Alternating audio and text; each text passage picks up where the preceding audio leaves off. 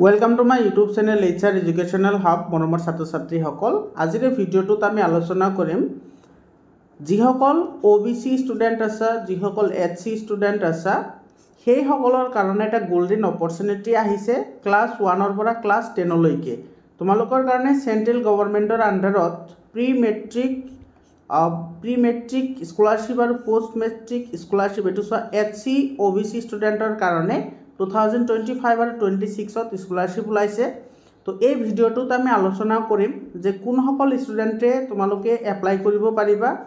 তাৰ পিছত তোমাৰ কি কি ডকুমেন্টস লাগিব আৰু তুমি কেনেদৰে এটো এপ্লাই কৰিবা গোটেইখিনি আমি এই ভিডিঅ'টোত আলোচনা কৰিম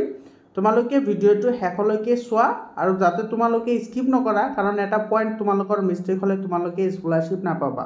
মৰমৰ ছাত্ৰ ছাত্ৰীসকল এডুকেশ্যন ৰিলেটেড সকলো ধৰণৰ ইনফৰমেশন পাবলৈ হলে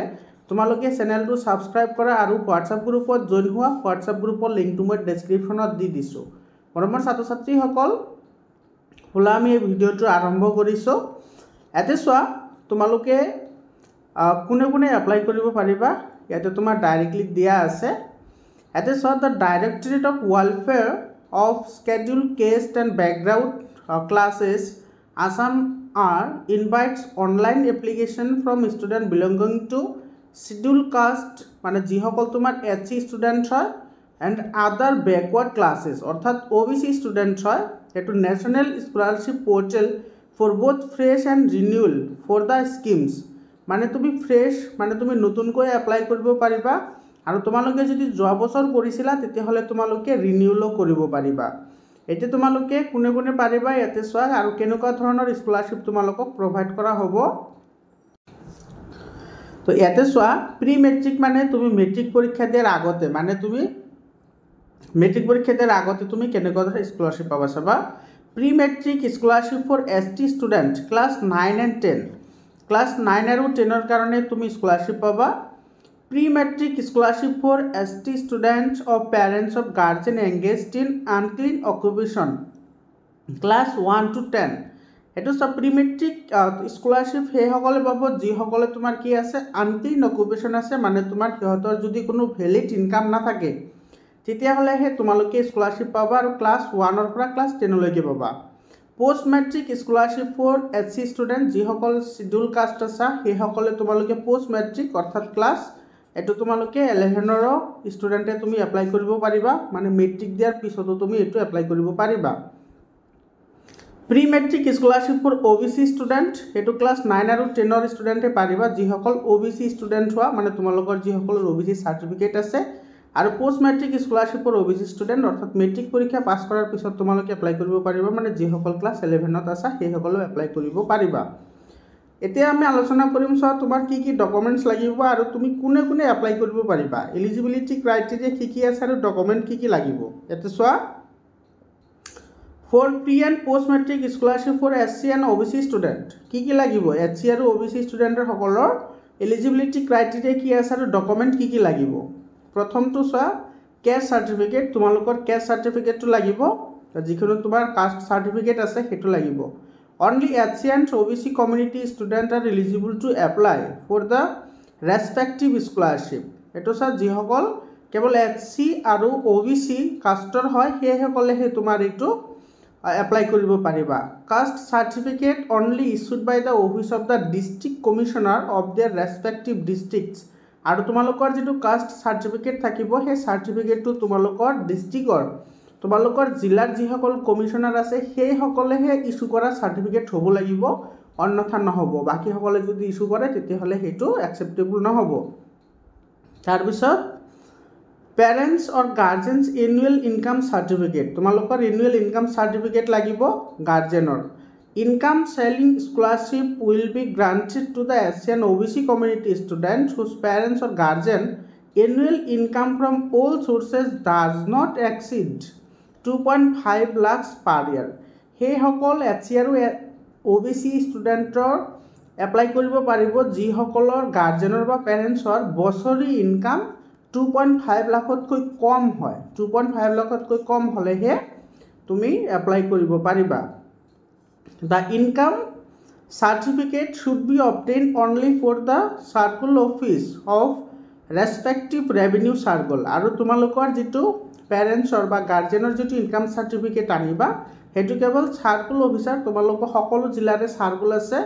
ৰেভিনিউ সাৰ্কল আছে সেই সাৰ্কলৰ পৰা সাৰ্কল অফিচাৰে দিব লাগিব হেতুহে প্ৰযোজ্য হ'ব তাৰ পিছত বোনাফাইড সাৰ্টিফিকেট লাগিব A bona fide certificate is required to be obtained from the head of the institute to be submitted. মানে তোমালোকে যিখন স্কুলত পঢ়ি আছা সেই স্কুলত তুমি যে পঢ়ি আছা তাৰ কাৰণে সিহঁতে এখন সাৰ্টিফিকেট দিয়ে হেতু bona fide certificate বুলি কোৱা হয় সেই সাৰ্টিফিকেটখন তোমালোকৰ লাগিব তাৰ পিছত চোৱা pre matric scholarship for SC students parents or guardian engaged in unclean occupation এটো ক্লাস 1 to 10 কি দিছে so no income ceiling for student or parents guardian engaged with unclean occupation মানে তোমালোকৰ গাৰ্জেন সকলৰ যাতে কোনো বাহিৰা ধৰণৰ বা কোনো আনক্লিন মানে অকুপেশন না থাকে আনক্লিন মানে ধৰিলা তোমাৰ কোনো ধৰণৰ যাতে গাৰ্জেন সকল যাতে কোনো ধৰণৰ দুই নম্বৰী কামত যাতে কি নহয় যুক্ত নহয় সেইবোৰ স্টুডেন্টে হে তোমালোকে এপ্লাই কৰিব পাৰিবা unclean occupation certificate of parents or guardian for the student or parents guardian engaged in unclean occupation eligible student will be submitted certificate from district social welfare office আৰু ইয়াৰ কাৰণে যেটো সাৰ্টিফিকেট লাগিব সেই সাৰ্টিফিকেটখন তোমালোকৰ ডিস্ট্ৰিক্টৰ যেটো social welfare office আছে তাৰে পৰা তোমালোকে এই সাৰ্টিফিকেটখন আনিব লাগিব আৰু হেতু সাবমিট কৰিব লাগিব identify other of local body civic agency or any such authority as designated by the state government এটো ৰাজ্যিক সৰকাৰৰ দ্বাৰা প্ৰভাৱিত যিকোনো লোকেল বডি বা সিভিক এজেন্সিৰ সহায়ত এই সাৰ্টিফিকেটখন তোমালোকে আনিব পাৰিবা তাৰ পিছত বোনাফাইড সাৰ্টিফিকেট লাগিব bonafide certificate is required to obtain from the head of the institution to be submitted তোমালোকে বোনাফাইড সাৰ্টিফিকেট লাগিব বোনাফাইড সাৰ্টিফিকেট মানে কি তোমালোকে যিখন স্কুলত পঢ়ি আছা সেই স্কুলখনৰ হেড স্যার বা হেড ম্যাডাম আছে সিহঁতে ক'ব যে এই স্টুডেন্ট আমাৰ স্কুলৰে হয় আমাৰ ইয়াতে পঢ়ি আছে তো সেই সাৰ্টিফিকেটখনক বোনাফাইড সাৰ্টিফিকেট বুলি কয় তো সেইখন তোমালোকে স্কুলত গলে দি দিব তাৰ পিছত ইয়াতে কেইটামান তোমাৰ ইম্পৰ্টেন্ট তোমাৰ পয়েন্ট দিছে সেই পয়েন্ট কেইটা কিন্তু তোমালোকে ভালদৰে মনোযোগ দিব লাগিব student while applying for scholarship for the above 5 schemes are hereby required to registration themselves in NSP through NSP OTR এতে সোয়া তোমালোকে যেটো NSP যেটো আমাৰ অফিশিয়াল ওয়েবসাইট আছে সেই ওয়েবসাইটত গৈ প্ৰথমতে তুমি ওয়ান টাইম ৰেজিষ্ট্ৰেচন নাম্বাৰ তুমি এটা জেনাৰেট কৰিব লাগিব OTR মানে ওয়ান টাইম ৰেজিষ্ট্ৰেচন নাম্বাৰ এটো জেনাৰেট কৰিব লাগিব app available in Google Play Store and perform face authentication for generating one-time registration number which has been made mandatory for applying scholarship আৰু এই OTR যেটো আছে হেতু কিন্তু ম্যান্ডেটৰি হয় তোমালোকে কৰিবই লাগিব তোমালোকে Google Play Store পৰা এটো তোমালোকে ডাউনলোড কৰি লব লাগিব ডাউনলোড কৰাৰ পিছত তোমালোকৰ OTR টো জেনাৰেট হৈ যাব তাৰ পিছত ছ Aadhaar and mobile number register with Aadhaar are mandatory for generating OTR তুমি যদি OTR অৰ্থাৎ ওয়ান টাইম ৰেজিষ্ট্ৰেচন নাম্বাৰ তুমি জেনাৰেট কৰিবলৈ বিচৰা তেতিয়া হলে তোমালোকৰ আধাৰ নাম্বাৰ লাগিব আৰু তোমালোকৰ ভ্যালিড মোবাইল নাম্বাৰ লাগিব যেটো আধাৰ কাৰ্ডৰ লগত লিংক আছে ঠিক আছে however for minor applicants who apply without other it will be mandatory for parents to provide other যদি কোনো ছাত্ৰ ছাত্ৰীৰ যদি আধাৰ নাম্বাৰ না থাকে তেতিয়া হলে প্যাৰেন্টছৰ আধাৰ নাম্বাৰটো দিয়াটো বাধ্যতামূলক ম্যান্ডেটৰি হয় বাধ্যতামূলক প্যাৰেন্টছৰটো দিব লাগিব তাৰ পিছত application are advised to give the bank account details which remain in active mode so that payment of scholarship does not fall as all the disbursement of scholarship will be made through DBT mode so তোমালোকৰ যেটো bank account তোমালোকে তাতে submit কৰিবা হেতু কিন্তু active bank account হ'ব লাগিব যাতে তাতে সেই ব্যাংক একাউন্টটো ইনএক্টিভ নহয় মানে যাতে ট্রানজাকশন কৰিলে যাতে তোমাৰ সেই ট্ৰানজাকশনটো কোনো ধৰণৰ প্ৰবলেম নিদিয়ে ঠিক আছে আৰু যদি তোমালোকৰ ব্যাংক একাউন্টটো তোমাৰ কি থাকে এক্টিভ না থাকে আৰু যদি টকা নোহুমায় তাৰ কাৰণে অথৰিটি কিন্তু ইয়াৰ কাৰণে দায়ী নহয় এটো মনত ৰাখিবা ব্যাংক একাউন্টটো ফিল আপ কৰোতে কিন্তু বহুত সাৱধান হ'ব লাগে applicants to ensure that they have bank account seeded with Aadhaar number এটো সোয়া তোমালোকে এটো আগতে কনফার্ম কৰিব লাগিব যে তোমালোকৰ যেটো ব্যাংক একাউন্ট আছে সেই একাউন্টটো তোমালোকৰ আধাৰ নাম্বাৰৰ লগত কিন্তু লিংক থাকিব লাগিব ঠিক আছে আধাৰ কাৰ্ডৰ লগত সেইটো লিংক থাকিব লাগিব the above condition will be applicable for the both fresh and renewal আৰু এই যিবোৰ কণ্ডিশ্যন ইয়াতে দিয়া আছে এই গোটেইখিনি কণ্ডিশ্যন যিসকলে নতুনকৈ এপ্লাই কৰিব আৰু যিসকলে যোৱা বছৰ এপ্লাই কৰিছিল সেই দুইজনৰ কাৰণে এইটো প্ৰযোজ্য হয় এতিয়া চোৱা এটা মান ইম্পৰ্টেণ্ট ডেটছ আছে তোমালোকে কেতিয়া কৰিব পাৰিবা ঠিক আছে এইটো সব pre matric scholarship for SC student এইটো 9 আৰু 10 যিসকল ষ্টুডেণ্ট আছে সেইসকলৰ কাৰণে তোমালোকৰ এইটো 30 ছেপ্টেম্বৰলৈকে তোমালোকে এপ্লাই কৰিব পাৰিবা ঠিক আছে আৰু ইনষ্টিটিউট লেভেল ভেৰিফিকেশ্যনটো তোমাৰ 5 অক্টোবৰত হৈ যাব তো তোমালোকে মনত ৰাখিবা লাগিলে লিখি ৰাখা আৰু pre matric scholarship for SC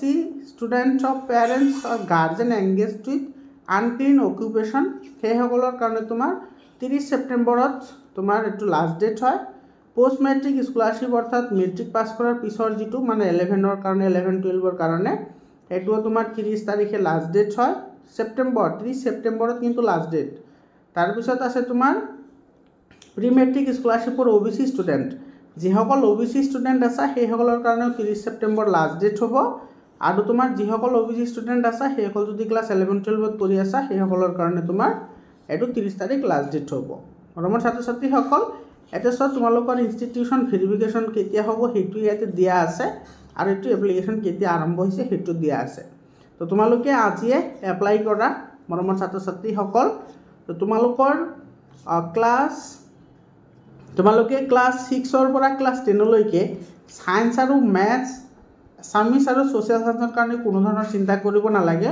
100% মই প্ৰিপাৰেচন কৰাও গতিকে তোমালোকে চেনেলটো সাবস্ক্ৰাইব কৰা আৰু হোৱাটছআপ গ্ৰুপত জয়েন হোৱা মৰমৰ ছাত্ৰ ছাত্ৰীসকল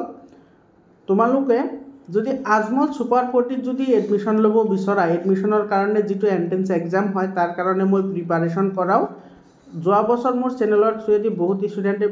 এডমিশন পাইছে তোমালোকে মই পোষ্ট কৰা আছে তোমালোকে কমিউনিটি পোষ্টবোৰ চাব পাৰা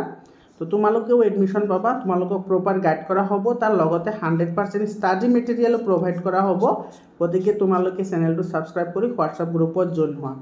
মেট্ৰিক পৰীক্ষা ৰিলেটেড আৰু সকলো ধৰণৰ এডুকেশ্যন ৰিলেটেড ইনফৰমেশ্যন ভিডিঅ'বোৰ পাবলৈ হলে চেনেলটো সাবস্ক্ৰাইব কৰিবলৈ নাপাহৰিবা মৰমৰ ছাত্ৰ ছাত্ৰীসকল